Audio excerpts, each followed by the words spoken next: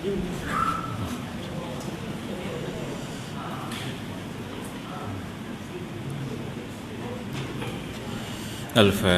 A'udzubillahi minasyaitonirrajim. Bismillahirrahmanirrahim. Alhamdulillahi rabbil alamin, arrahmanirrahim, maliki yaumiddin. Iyyaka na'budu wa iyyaka nasta'in. Ihdinas siratal mustaqim. Siratal ladzina an'amta 'alaihim ghairil maghdubi 'alaihim waladdallin. Amin. Assalamualaikum warahmatullahi wabarakatuh. Bismillahirrahmanirrahim. Alhamdulillahillazi hadana lihadza wa ma kunna linahtadiya laula an hadana Allah. Wa bihi nasta'in ala umuri dunya waddin. Wassalatu wassalamu ala sayyidina Muhammad wa ala alihi wa sahbihi ajma'in. Subhanaka la ilma lana illa ma 'allamtana innaka antal alimul hakim. Rabbi syrah li sadri wa yassir li amri wahlul 'uqdatam min lisani yafqahu qawli wa la haula wa la quwwata illa billahil aliyyil azim. Amma ba'. Al-Fadil, Tuan Imam, tuan-tuan dan puan yang dikasihi, alhamdulillah, syukur banyak-banyak kita pada Allah Subhanahu wa taala. Allah izinkan kita sambung majlis ilmu kuliah kitab peringatan bagi mereka yang terpedaya. Hari ini kita tengok muka surat 27, kita masuk tajuk baru iaitu bab yang kelima. Mudah-mudahan sama-sama kita berada dalam rahmat dan keampunan Allah Subhanahu wa taala. Bismillahirrahmanirrahim. Dan katanya qala musannif bab yang kelima iaitu tajuk dia tegas terhadap teman yang dekat dengan pejabat jika kedekatan tersebut tidak membawa kemaslahatan. Dia kata dalam kita berkawan hari ini, tuan-tuan dan sekalian, sebab hari ini kadang-kadang kita seronok dengan kawan. Bila ramai kawan ni, kadang-kadang dia menggembirakan kita dan kadang-kadang dia boleh menolong kita dari segi apa sudut sekalipun. Tapi yang kata kawan sekalian, sesuatu yang kita perlu ambil borek. Sebab apa? Sebab disebut di dalam Al-Quran, di antara yang disebut jahiliyah itu adalah jahiliyah pergaulan, yang ditafsirkan oleh ulama-ulama tafsir yang disebut dalam Quran, yang dikatakan jahiliyah itu ada 4 dan salah satu daripadanya jahiliyah pergaulan. Jadi dalam kita bergaul dan sekalian, kita tak nak termasuk dalam kalangan orang yang bergaul dalam kejahilan. Sebabnya kita tak pandang dengan siapa yang kita berkawan. Sebab hari ini kebanyakan kita cari kawan yang pertama, kita ada sebab-sebab tertentu kita jadikan seseorang tu kawan. Kita tak jadikan seorang ni kawan yang boleh memberi kebaikan pada kita tu, dan jarang-jarang kita macam tu, tuan-tuan dan puan-puan sekalian. Maka dia nak bawa tajuk malam ni tegas terhadap teman yang dekat dengan pejabat, mana yang rapat dengan kita, jika kedekatan tersebut tidak membawa kemaslahatan. Kalau dekat kita dengan dia tu tak menjadi sebab adanya kemaslahatan, ada perkara-perkara yang menyukarkan kita dalam perjalanan akhirat kita. Maka katanya sabda Nabi SAW, di neraka Jahanam terdapat satu jurang yang bernama Habhab. Nabi kata dalam neraka Jahanam ni ada satu jurang yang nama jurang tu jurang Habhab, yang mana kata Nabi ia diperuntukkan oleh Allah Subhanahu wa taala untuk orang-orang yang terpaksa menjalankan ibadah dan para ahli qura yang akrab dengan para penguasa yang zalim. Jadi jurang Habhab ni kata Nabi SAW diperuntukkan kepada orang-orang yang tertentu. Antara orang yang diperuntukkan jurang ni adalah orang yang bila dia menjalankan ibadah ni kerana terpaksa, bukan kerana Allah, kerana sebab dunia, kerana dia sogan dekat orang. Dan juga kata Nabi, dan pada ahli qura yang akrab dengan para pemerintah yang zalim. Kita tahu dia tuan-tuan mahir dalam baca Quran, mahir dalam nak menjelaskan dalam soal hukum hakam, mahir dalam soal apa yang dia sebut tu sesuatu daripada Allah Ta'ala. Tapi dia boleh berkawan, dia boleh rapat, dia boleh duduk dengan penguasa ataupun pemerintah yang zalim. Maka jurang Habhab ni Allah Ta'ala sediakan untuk dua golongan ni. Yang pertama, golongan yang ibadah ni rasa terpaksa. Yang kedua tuan-tuan, golongan yang dia ni ahli qura, orang yang faham hukum hakam, orang yang hafiz Quran, orang yang ada ilmu, tapi dia duduk bersama dengan penguasa yang zalim. Dia boleh minum, makan sama-sama, dia boleh sokong orang-orang yang zalim ni.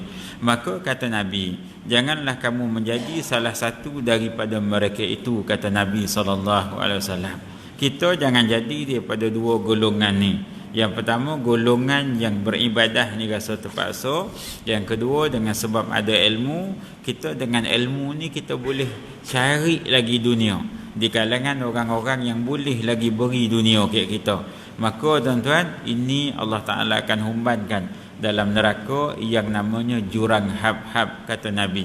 Dan kemudian katanya, pada satu hari Gubernur Basrah berkata kepada Malik bin Dinar, apakah kamu mengetahui kenapa kamu lebih ke depan daripada kami di dalam perkataan dan kami tidak sanggup untuk menyamaimu? Gubernur di Basrah ketika tuan-tuan, dia jumpa dengan Malik bin Dinar. Malik bin Dinar ni ulama lah.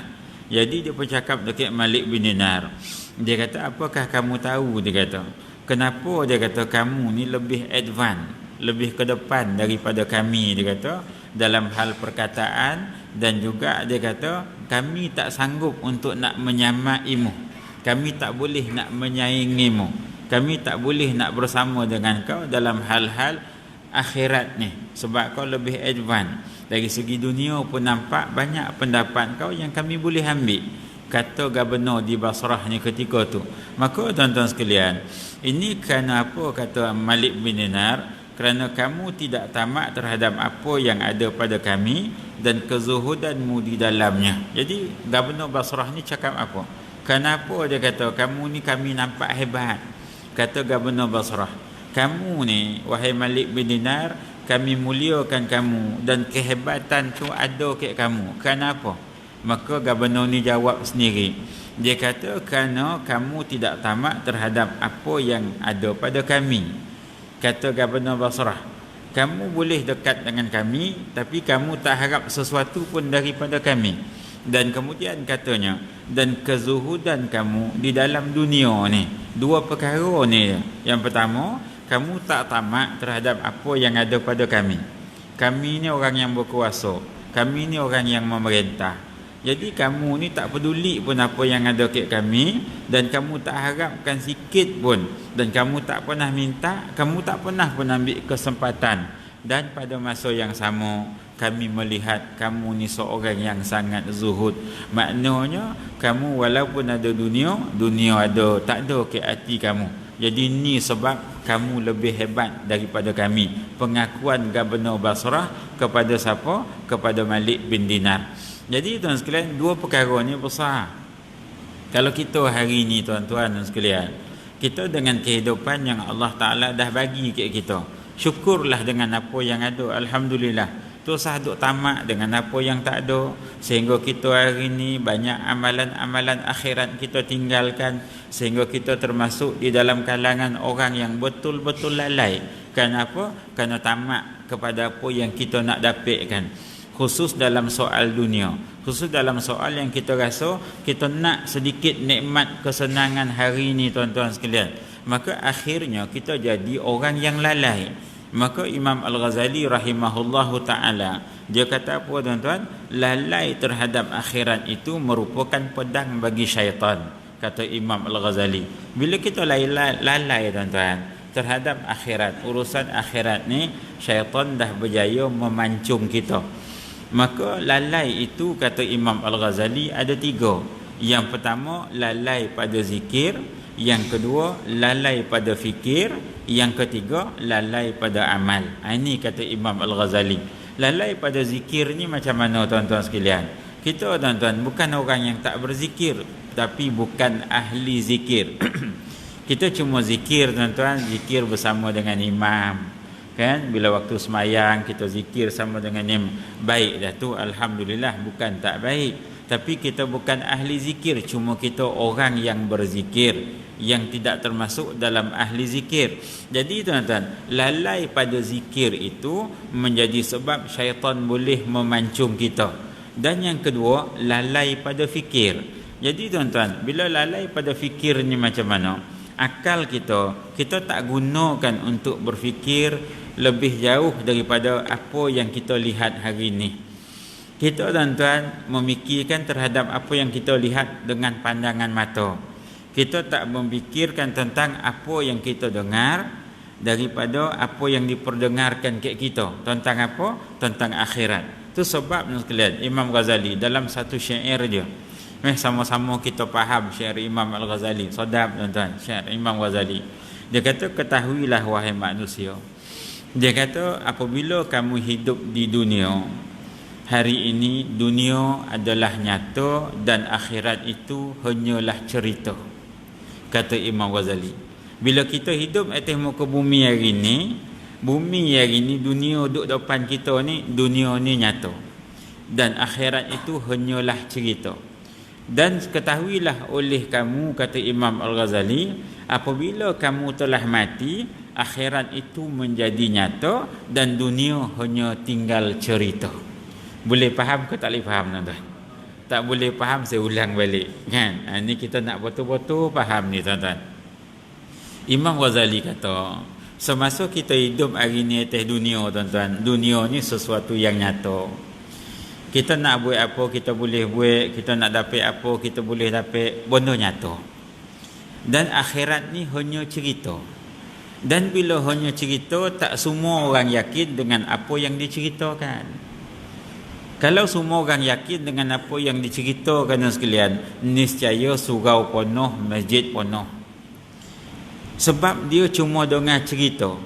Maka tuan-tuan, orang yang tak boleh berfikir dengan cerita yang diperdengarkan ke dia tu, yang mana cerita tuan-tuan, cerita yang benar. Nabi SAW tak pernah bohong. Allah tak pernah bohong apa yang dia ceritakan ke kita tentang perkara yang bakal jadi nyata. Apa yang bakal jadi nyata? Akhirat. Bila kita mati besok tuan-tuan, akhirat itu menjadi nyata. Dunia tinggal cerita. Bila dah mati besok baru kita nampak. Ya Allah, betul apa yang diceritakan oleh ustaz ni dulu ke aku.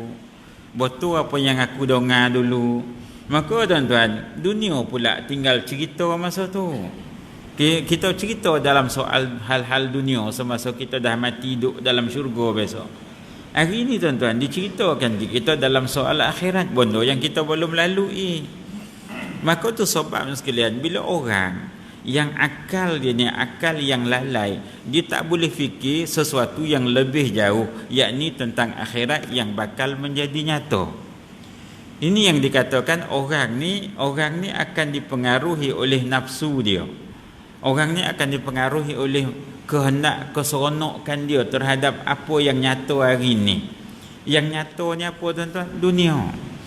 Maka dengan sebab nyatanya dunia, dia nak dapatkan dunia ni sehingga dia tak berfikir pun sesuatu yang bakal dia datang itu akan menyusahkan dia kalau dia hari ni nak dapatkan yang nyata ni dengan nafsu dia. Ini yang berlaku hari ni tuan-tuan. Itu sebab Malik bin Dinar ni kata gubernur di Basrah ni, kau ni hebat. Kau boleh fikir tentang akhirat ni. Benda belum nyata tapi kau fikir seolah-olah dah nyata depan mata kau.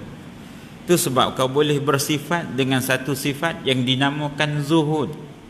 Makna kata kalaupun kau ada dunia cuma ke zahir tapi ke hati tak ada langsung. Jadi bila kita hari tuan-tuan sekalian, Allah Ta'ala beri kita dunia ni cuma zahir, alhamdulillah. Ke hati memang tak lokek dalam soal dunia. Itu alhamdulillah. Ini orang yang berfikir, yang tak lalai pada fikir dia. Sebab fikir ni pada dua. Fikir ni, yang pertama fikir pada akal, yang kedua fikir pada hati. Fikir pada hati ni orang yang menilai daripada dalaman hati dia terhadap apa yang diberitahu kepada dia oleh Allah Subhanahu Wa Ta'ala. Dia tak nampak lagi dengan pandangan mata kasar, tapi mata hati dia nampak. Neraka ni macam ni cerita. Bila sebutnya jurang hab-hab ni, ya Allah, aku jangan termasuk dalam golongan orang yang Allah tentukan dalam jurang ni. Ini orang yang menilai pada hatinya. Dan kemudian yang ketiga, lalai pada amal. Jadi lalai pada amal sekalian, kita hari ni dalam soal amalan hari ni kita tak berapa nak jaga. Itu sebab tuan-tuan sekalian, zaman Abdul Malik bin Marwan, ketika Abdul Malik bin Marwan menjadi khalifah, satu hari datang seorang anak muda jumpa dia, namanya Khabib. Khabib ni seorang anak muda yang soleh. Cuma ada satu perangai dia, tuan-tuan. Dia ni soleh. Dia kalau setiap dia dengar orang yang meninggal, tuan-tuan, dia akan iring jenazah sampai ke kubur. Dia akan melihat orang yang dikebumikan tu, orang yang sedang diuruskan pengkebumian. Dia duduk dalam lahat tu, dia duduk tengok yang kata Khabib ni zaman pemerintahan Abdul Malik bin Marwan. Maka tuan-tuan sekalian, satu sikap dia ni satu sikap yang pelik sangat-sangat, tak dibuat oleh siapa pun melainkan dia. Maka tuan-tuan, lepas dia selesai ke bumi, ya, malam kan dia pergi gali balik kubur tu, yang kata Khabib. Siang tu ke bumi, tuan-tuan, dia tolong ke bumi, dia tengok bagaimana orang tu dikebumikan. Lalu kemudian malam dia pergi gali. Dia gali, dia nak tengok mayat yang dikebumikan siang tadi, yang kata Khabib ni. Lalu tuan-tuan sekalian, dia pun gali beberapa kubur, diceritakan dalam riwayat. Maka di antara kubur yang digali, tuan-tuan sekalian, dia melihat siang tu sama-sama dia menghadapkan jenazah ni ke arah kiblat. Lalu malam tu dia gali, tuan-tuan sekalian, siap dengan pelita dia. Ya, bila dah selesai gali kubur, dia tengok jenazah ni membelakangkan kiblat. Menghairankan dia. Dia tak takut, tuan-tuan. Dia tak diajar takut kepada hantu. Kan? Yang diajar takut kepada hantu ni orang Melayu ya. Kan? Kita ni diajar. Jadi dia tak takut. Dia tak diajar takut kepada hantu. Tak. Malam dia pi gali kubur. Bila dia gali kubur sekalian, banyak beberapa kubur yang dia gali, dia jumpa yang pelik-pelik. Antara yang dia jumpa, siang tu menghadap kiblat, malam tak menghadap kiblat. Malam tu dia gali, jenazah tak menghadap kiblat. Bila dia tengok jenazah ni tak menghadap kiblat, tuan-tuan sekalian, lalu dia nak lari, nak tinggalkan jenazah ni, nak tinggalkan gitu. Dia nak kambuh balik. Maka tuan-tuan sekalian, tiba-tiba dia dengar satu suara. Dia kata, wahai Khabib, kenapa kau tak tanya kenapa jenazah ni tidak menghadap kiblat? Sedangkan masa dikebumikan siang tadi, dia ni menghadap kiblat. Kenapa kau tak tanya? Maka Khabib ni dia tanyalah, tuan-tuan dan puan. Dia beranikan diri, dia tanya. Dia kata, kenapa jenazah ni, dia kata, tidak menghadap kiblat? Maka suara ni menjawab, orang ni semasa hidup, dia di kalangan orang yang meringankan sembahyang. Dia bukan tak sembahyang, dia meringankan sembahyang. Mana sembahyang yang dia buat ni sekalian, sekadar sembahyang bagaimana orang lain yang lalai. Sembahyang yang lalai. Dia tak jaga syarat, tak jaga rukun, tak jaga waktu. Orang yang tak menjaga amalan. Bila orang yang tak menjaga amalan ni, khususnya amalan yang Allah Ta'ala wajibkan, lepas ya kita ke bumi dia, tuan-tuan dan sekalian, kita ke bumi dalam keadaan mengikut tuntutan syarak. Ke bumi kan dia menghadap kiblat, gali balik, tuan-tuan, dia confirm tak menghadap kiblat dah. Ini orang yang tak menjaga amalan. Itu sebabnya sekalian, bila mana tak menjaga amalan, maknanya Allah Ta'ala tak terima amalan yang kita buat. Sebab amalan yang kita buat tu amalan yang kita main-main dengan Allah, kita tak jaga. Tuan-tuan sekalian, bila kita tak jaga amalan, masa hidup ni pun Allah Ta'ala akan hukum kita dengan berbagai-bagai hukuman. Kita bimbang, tuan-tuan, di saat ketuaan kita, bukan bertambah baik pada amalan, bahkan menjadi fitnah dengan sebab diri kita daripada mulut orang sekeliling. Saya nak bawa contoh tuan-tuan sekalian, saya nak bawa contoh. Benda ni jadikan iktibar. Baru-barunya sekalian, tahun lepas lah kan, kita pun tak jumpa dah setahun kan, nanti dah masuk tahun 2020. Jadi tahun lepas bulan 2 boleh tuan-tuan, kira setahun lah dah kan. Jadi tuan-tuan saya pergi ceramah dekat satu masjid tahun lepas bulan 2 boleh hari tu. Jadi habis-habis ceramah ni sekalian, malam tu ada satu orang dia jumpa dengan saya lah. Dia kata, ustaz, dia kata saya nak minta tolong satu je ke ustaz. Ustaz tolong doakan ayah saya dan mak saya. Jadi tuan-tuan, siapa ayah kamu? Saya tanyalah, ayah siapa? Ustaz kenal sangat-sangat, dia kata. Ustaz kenal sangat-sangat ayah saya. Bila dia sebut kenal sangat-sangat tu, kita nakkan detail lah siapa. Dan dia kata imam surau sekian-sekian. Bila dia sebut imam surau tu, saya tahulah tuan-tuan. Sebab saya mengajar di surau tu sebulan sekali. Jadi tuan-tuan, ayah dia tak datang ke surau tu bermula daripada bulan 7 hari tu. Sampailah bulan 12. Bulan 1 ni saya belum pergi lagi ceramah. Jadi sampailah bulan 12, ayah dia tak datang surau dah. Sedangkan ayah dia imam di surau tu. Sebelum ni imam surau tu seorang profesor pensyarah UIA. Dia meninggal 3 tahun lepas. Jadi dalam ramai-ramai dia ambillah hamba Allah ni jadi imam. Kenapa? Dari segi bacaan dia pun boleh tahan, nafas dia pun cantik, apa semua. Ialah umur dah 70 tuan-tuan. Ya, umur 70 tapi cantik dari segi bacaan. Orang ambil dia jadi imam. Ya, sebab apa nama, bacaan zahir dia tu lantang. Kan? Dan dialah yang memimpin tahlil malam Jumaat. Yang memimpin surah Al-Muluk setiap kali lepas Isyak tu dia lah. Kan? Memang jelas lah benda tu. Tapi mulai bulan 7 hari tu dia tak datang surau dah. Saya pun saya pergi ngajar situ, saya tanya juga imam kita mana tak sihat ke. Orang tak boleh bagi jawapan. Orang yang saya tanya tak boleh bagi jawapan. Tak tahulah ustaz, dia kata.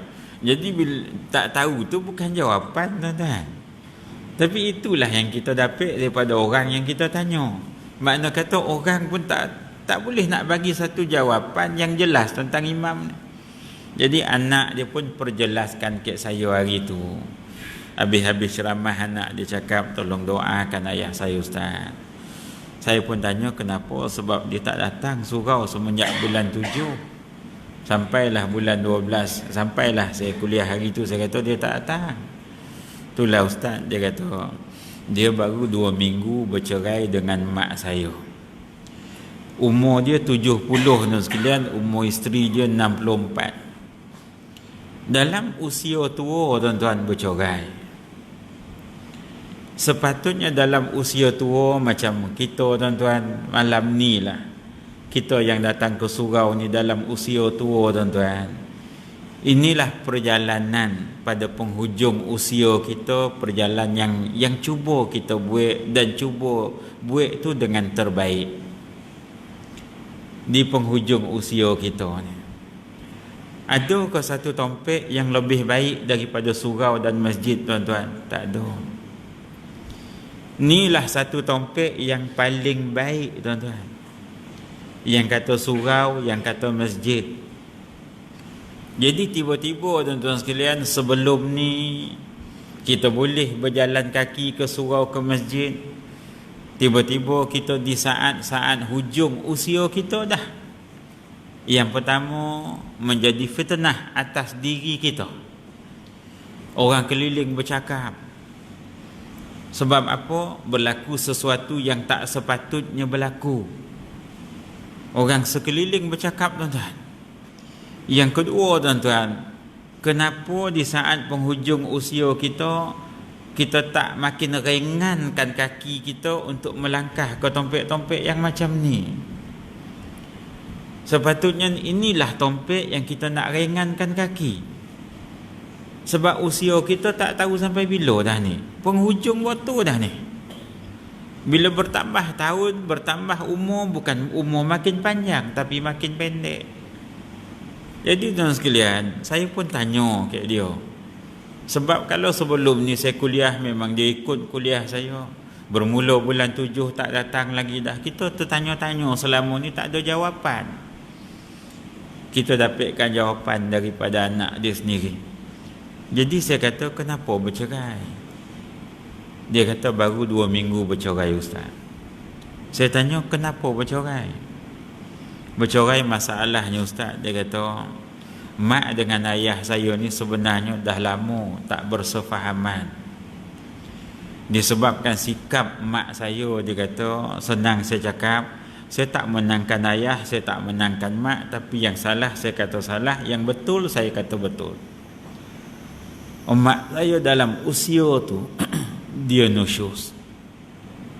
Dia orang yang challenge ayah, dia lawan. Dia tak bangga yang ayah ni suami dia jadi imam di surau, walaupun surau dia tak bangga. Dia bertindak, sikap dia bukan isteri seorang imam. Sikap dia, diri dia tu, kepribadian dia bukan kepribadian diri seorang isteri imam, bukan.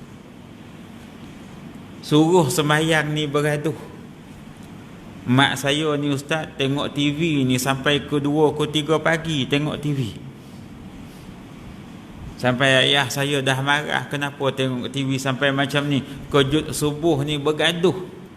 Bangun tuan-tuan, pukul 7, pukul 8, pukul 8 selalu sembahyang subuh. Tapi bergaduh dulu. Jadi sampaikan ayah saya tak tahan ustaz, ayah saya ceraikan mak saya, dah sah cerai, dah pergi mahkamah dah hari tu, dah sah cerai. Jadi kami sekarang ni adik-beradik nak nyatukan semula. Ayah saya bercakap dekat saya anak yang sulung. Ayah saya cakap boleh, dia kata ayah nak ambil balik mak kau. Cuma cakap dengan mak kau satu je, ayah minta dia taubat. Dan dia kata semenjak tu ayah saya malu nak datang ke surau ustaz. Dengan apa yang berlaku terhadap diri dia, disebabkan isteri, dia malu nak datang ke surau, dan sehingga sekarang dia tak datang ke surau. Jadi tuan-tuan sekalian, bila kita mikirkan balik tuan-tuan, kan, dalam masalah sabitkan dengan umur.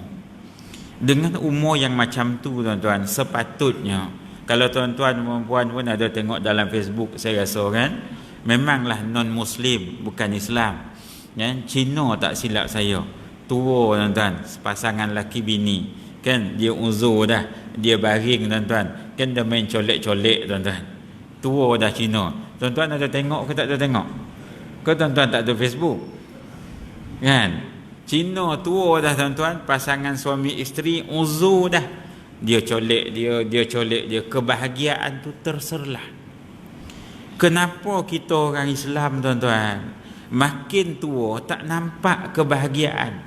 Kenapa? Makin tua makin jauh kita sesama pasangan kita. Kenapa? Sedangkan yang diajarkan oleh Rasulullah, kita makin tua ni masing-masing kita ni sedar. Mungkin kau akan mendahului aku, mungkin aku akan mendahului engkau.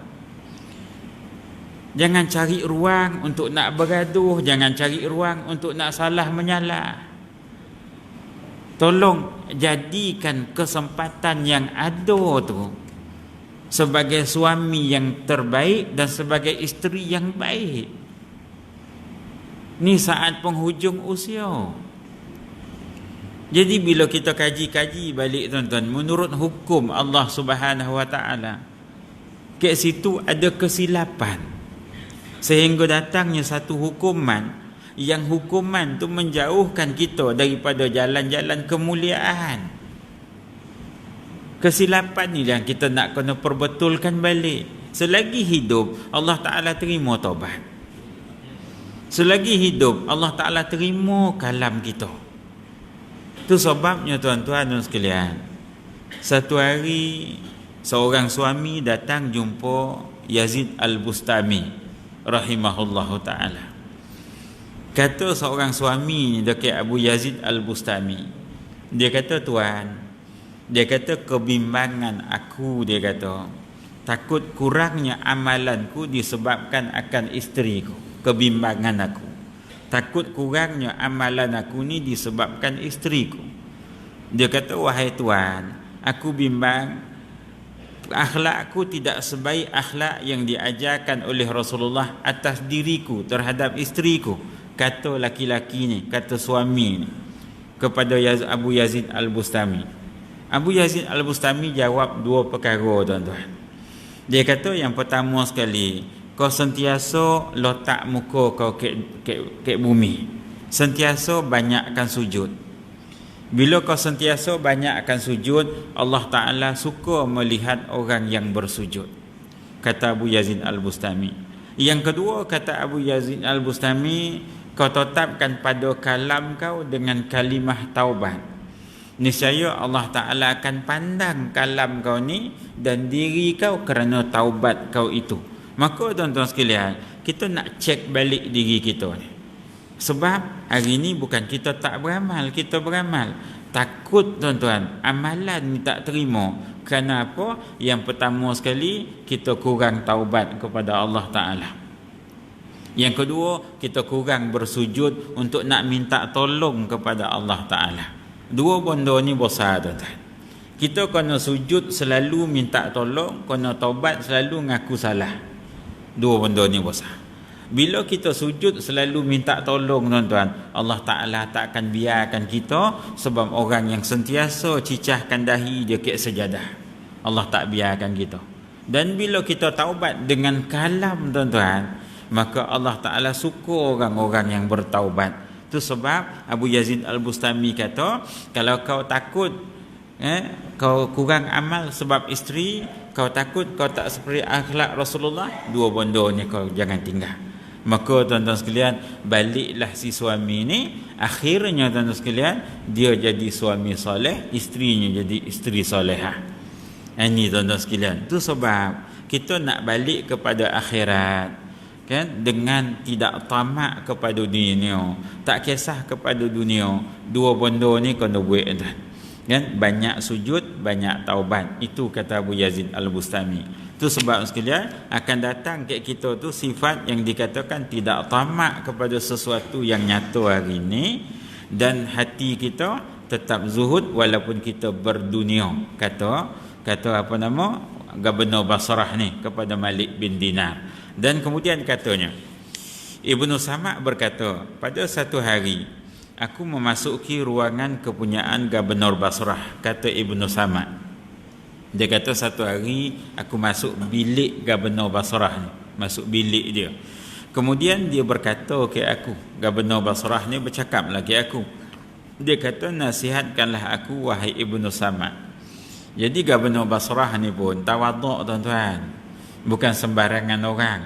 Dia tawaduk. Dia kata bila dia nampak Ibnu Samak masuk dalam bilik dia, dia pun cakap, tolong nasihatkan aku. Beri aku satu-satu panduan, beri aku satu-satu formula. Maka tuan-tuan sekalian, lalu aku menjawab, kata Ibnu Samak, dia kata. Ibnu Samak ni jawab lah. Dia kata, juga kepada setiap pegawaimu yang berlaku tidak adil kepada rakyatnya. Perbuatan yang dikira baik yang kamu lakukan adalah membina jambatan, kata Ibnu Samak. Dia kata, apa yang aku nampak, dia kata. Ni Ibnu Samak, dia terus terang lah. Dia transparent lah. Kan? Dia kata, apa yang aku nampak, pegawai kau, dia kata, yang kau lantik, yang ada di bawah pimpinan kau hari ini, dia kata, tak adil pada rakyat. Cakap tu direct to the point, tuan-tuan. Makna kata memikirkan apa? Memikirkan akhirat. Dia kata, apa yang aku nampak jelas, pegawai-pegawai yang kau lantik ni, dia tak adil dekat rakyat. Maka kata Ibnu Samak, dia kata, perbuatan yang dikira baik yang kamu dah lakukan adalah membina jambatan. Itu ya. Dan katanya, pada suatu hari Muhammad bin Wasi semasa memakai pakaian dari wol ke rumah Qatibah bin Muslim. Kemudian Qatibah berkata kepada Muhammad bin Wasi. Muhammad bin Wasi ni sekalian orang hebat.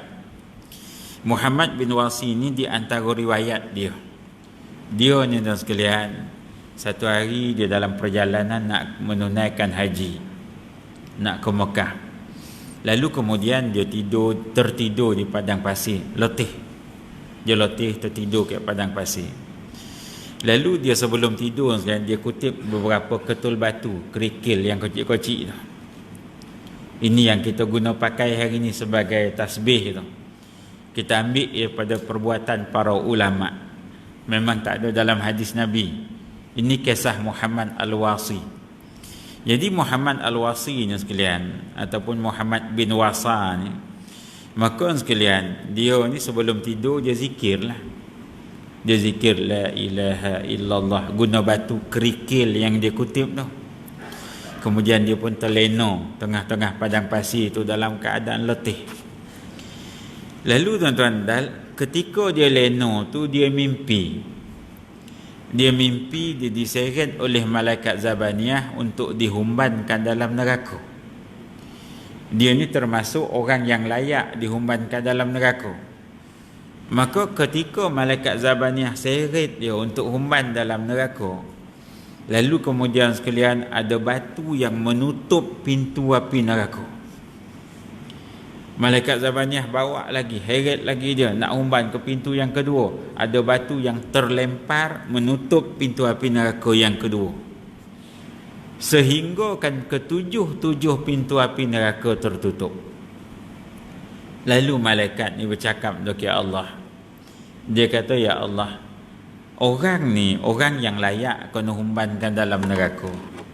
Dengan sebab perangai dia yang sedemikian, malaikat Zabaniyah bentangkan. Maka kata Allah kepada malaikat, dia kata, hamba-Ku, aku dah pun mengasihi dia. Dalam keadaan dia tu letih berjalan nak pergi menunaikan haji, nak pergi ke Mekah ni, jalan kaki tu. Dia kutip beberapa ketul batu, dia kata, dia zikir nama-Ku dengan menggunakan batu-batu itu. Maka dengan sebab rahmat-Ku atasnya, kata Allah Ta'ala, seluruh pintu api neraka banyak pun yang kau bawa dia akan ditutup oleh batu yang dia gunakan untuk berzikir atas nama-Ku itu. Ini tuan-tuan, Muhammad Al-Wasi ni. Jadi itu sebab hari ni tuan-tuan, wujudnya tasbih. Jadi wujudnya tasbih ni memang zaman Rasulullah tak ada. Tapi zaman para ulama ada. Siapa orang yang memulakan zikir dengan batu ni? Muhammad Al-Wasi. Tertutup habis pintu api neraka dengan sebab zikir dia dengan batu. Maka kita ambil hari ni kita buat tasbih begitu. Jadi tuan-tuan, Muhammad Al-Wasi ni ada beberapa perkara yang sebelum dia ke Mekah dia buat yang menjadi penyebab dia tu layak untuk dihumbankan dalam neraka. Dalam perjalanan dia ke Mekah sekalian untuk nak menunaikan fardu haji, beberapa langkah dia berjalan untuk nak pergi Mekah ni, dia meraung. Dia menangis. Ampunkan aku ya Allah, sampaikan aku ke rumah Kau. Jadi tuan-tuan sekalian, kesilapan semua orang buat silap. Tapi sedar daripada kesilapan itu yang Tuhan paling suka. Kita malam ni tuan-tuan, kesilapan semua orang buat silap. Cuma sedar daripada silap itulah Tuhan nilai kita selepas kita sedar. Orang ni orang baik sebab dia sedar daripada silap dia. Jangan kita bila buat silap terus dalam kesilapan. Itu orang yang paling Tuhan tak suka. Maka tuan sekalian, Muhammad Al-Wasi ni, maka nak cerita tentang dia lagi. Katanya pada satu hari Muhammad Al-Wasi semasa memakai pakaian dari Wul ke rumah Qatibah bin Muslim. Wul ni macam apa nama? Waist kan? Waist jalan tu kan. Nak nyebut pun tak pandai kan. Ada pakaian luar bagi jubah tu lah. Pakaian untuk nak mengas macam ustaz tu pakaian macam tu kan. Dia ada pakaian luar dia. Maka katanya, kemudian Qatibah berkata kepada Muhammad bin Wasa ataupun Muhammad Al-Wasi, apakah yang menyebabkan kamu memakai pakaian wul ini? Kata dia. Muhammad pun terdiam. Kemudian Qatibah berkata lagi, kenapa engkau diam? Katanya, dan tidak menjawab pertanyaanku. Qatibah ni dia tanyalah lagi. Dia kata, pasal kau diam? Kan aku tanya kau. Kenapa dia kata kau pakai pakaian yang macam ni? Maka Muhammad menjawab, jika kamu seorang yang zuhud, maka bersihkanlah diri kamu. Dan jika kamu seorang yang fakir, aku akan mengadu kepada Tuhanku. Dalam betul maksud tuan-tuan. Kan? Maksud dia dalam, sebab wool ni satu pakaian hebat. Satu pakaian hebat yang dilihat. Macam kita lah tuan-tuan, kadang-kadang kita ni pakaian tu nampak hebat, tapi hati tak merasa pun hebatnya pakaian. Cuma pakaian nampak hebat. Senang ke susah tuan-tuan? Bila berpakaian hebat, hati tak terasa hebatnya pakaian. Senang ke susah? Susah. Kan? Jangan cakap senang tuan-tuan. Kita tuan-tuan, rumah kita hebat, kita tak terasa pun rumah kita hebat. Bila dipandang orang, senang ke susah? Susah. Jadi Muhammad Al-Wasi dia saja pakai pakaian hebat. Bila dia pakai pakaian hebat, dia jumpa dengan Qatibah. Qatibah ni seorang ahli ibadah. Qatibah ni berulang-alik daripada masjid ke masjid, rumah-rumah ke masjid. Seorang yang amalan dia tu boleh diikut dan orang yang dinilai banyak amal. Yang kata Qatibah ni. Sajalah Muhammad Al-Wasi nak pergi jumpa dia berpakaian dengan satu pakaian yang nampak hebat. Lalu kemudian Qatibah ni tanyalah. Dia kata, kenapa kau pakai macam ni punya hebat? Dia kata, pakai pakaian ni. Muhammad Al-Wasi tak jawab. Dia tanya lagi sekali, kan aku tanya. Kenapa kau tak jawab pertanyaan aku? Muhammad Al-Wasi jawab dengan kiasan. Jawapan tu dalam. Dia kata macam ni lah Qatibah, dia kata, jika kamu seorang yang zuhud, maka bersihkanlah diri kamu. Terus ada ikut apa yang aku buat.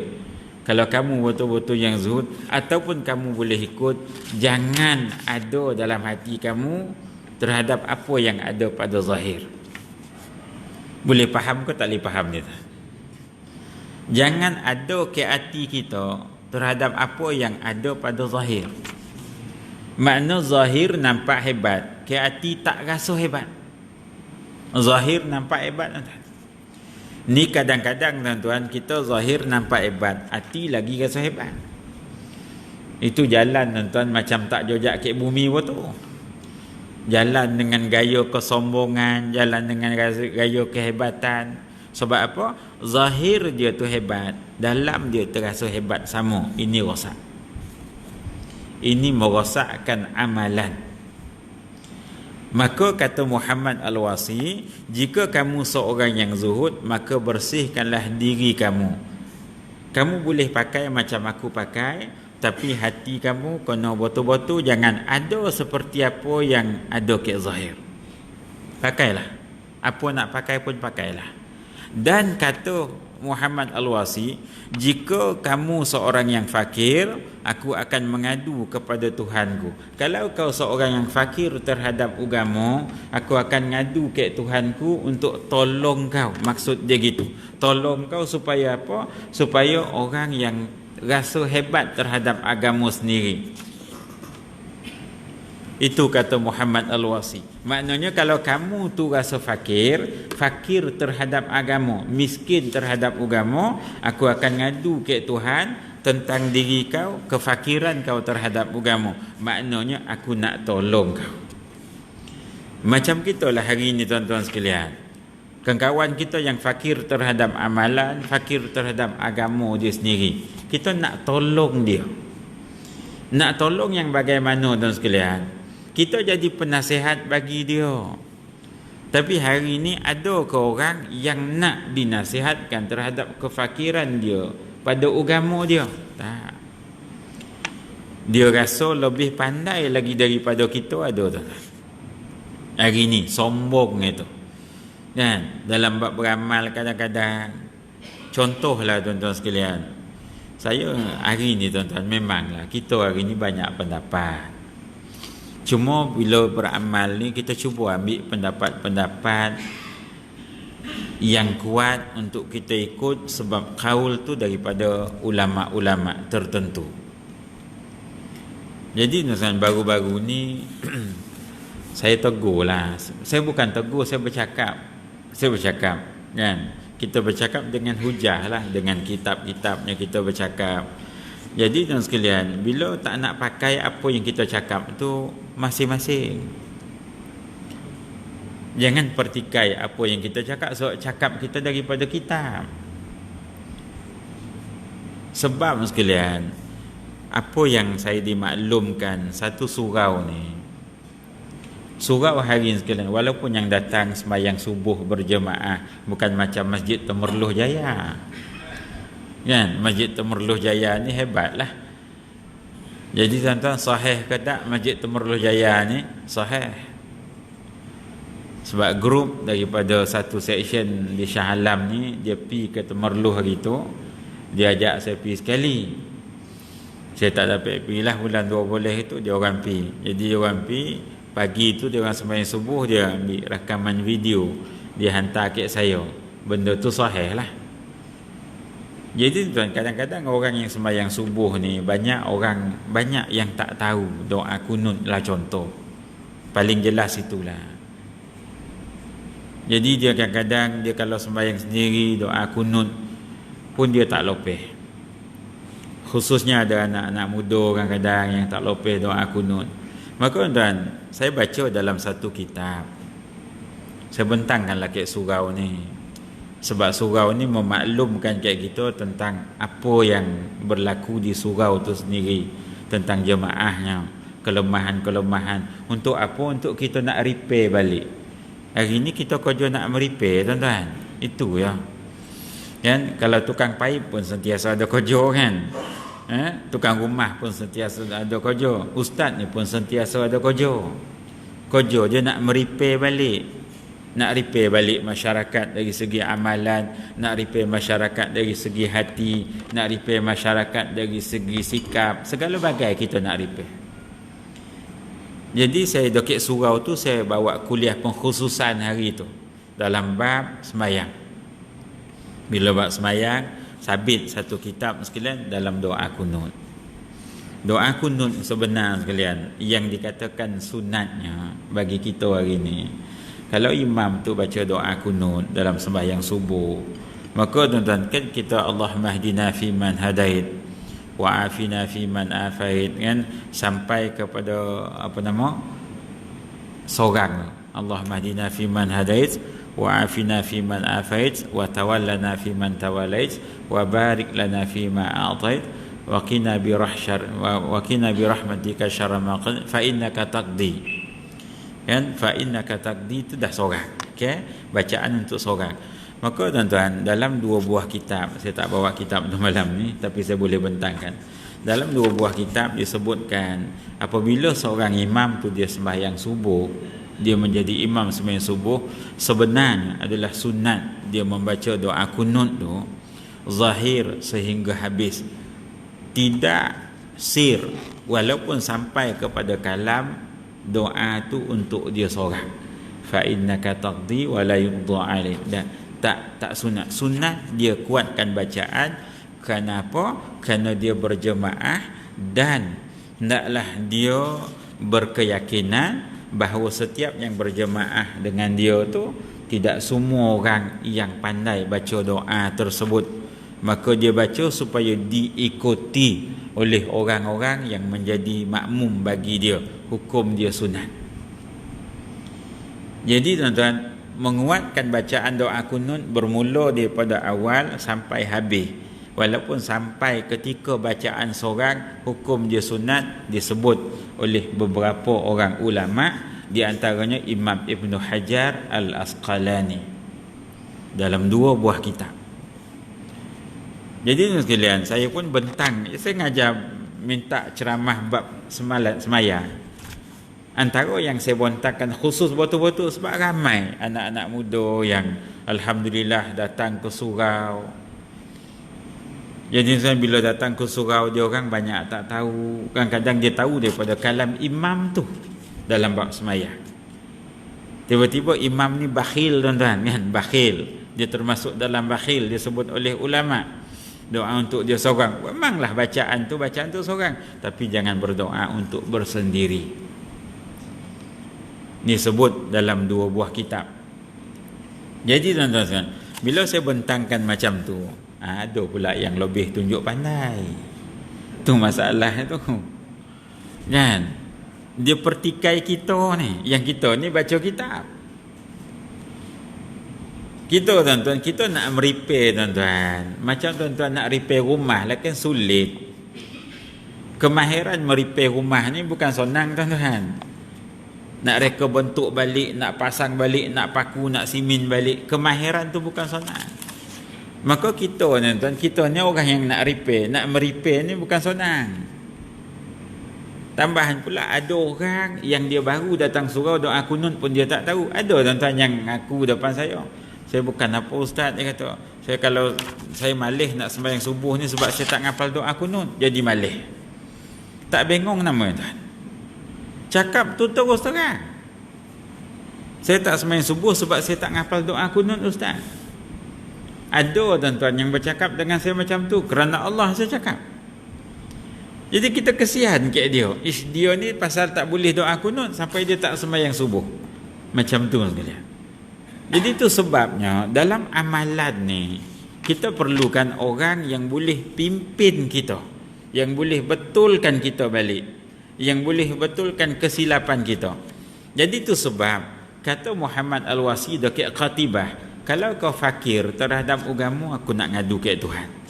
Mudah-mudahan kau tak jadi fakir dah lepas ni terhadap agama kau sendiri. Gitu maksudnya. Dan kemudian katanya lagi, dan Fudail bin Iyad berkata, demi Allah, jikalau Harun Ar-Rasyid meminta izin untuk menemuiku, kata Fudail bin Iyad, niscaya aku tidak akan mengizinkannya kecuali dia menjadi suatu kebiasaan. Lalu kalau dia menjadi satu kebiasaan, dia akan ziarah aku yang ke depan, aku akan izin dia jumpa aku. Kalau ini sekali tak, kata Fudail bin Iyad. Jangan main-main dalam soal agama. Dalam soal agama dia kata, nak mengaji betul. Nak datang ke aku, datang betul-betul. Jangan datang sekali. Maksud dia gitu. Kata Fudail bin Iyad. Kalaulah Harun Ar-Rasyid datang ke aku cuma sekali, lepas ni memang aku tak nak terima. Tapi kalau dia datang ni dan dia akan datang lagi, dia akan datang, jadikan benda tu kebiasaan, aku akan terima. Ni maksud tegasnya orang alim dulu. Dan kemudian katanya, maka apa yang terjadi jika orang-orang fakir menemui Harun Ar-Rasyid? Seorang gubernur Mekah yang bernama Muhammad bin Ibrahim menghulurkan salam kepada Sufyan As-Sauri di tempat tawaf. Wallahu alam. Kita sambung bulan depan kita berhenti kat situ. Bismillahirrahmanirrahim. Alhamdulillah rabbil alamin. Wassalatu wassalamu ala sayyidina Muhammad wa ala alihi wa sahbihi ajma'in. Allahumma hdina bihudaka waj'alna mimman yusari'u fi ridaka wa la tuwallina waliyan siwak wa la taj'alna mimman khalafa amraka wa asak wa hasbunallahu wa ni'mal wakil.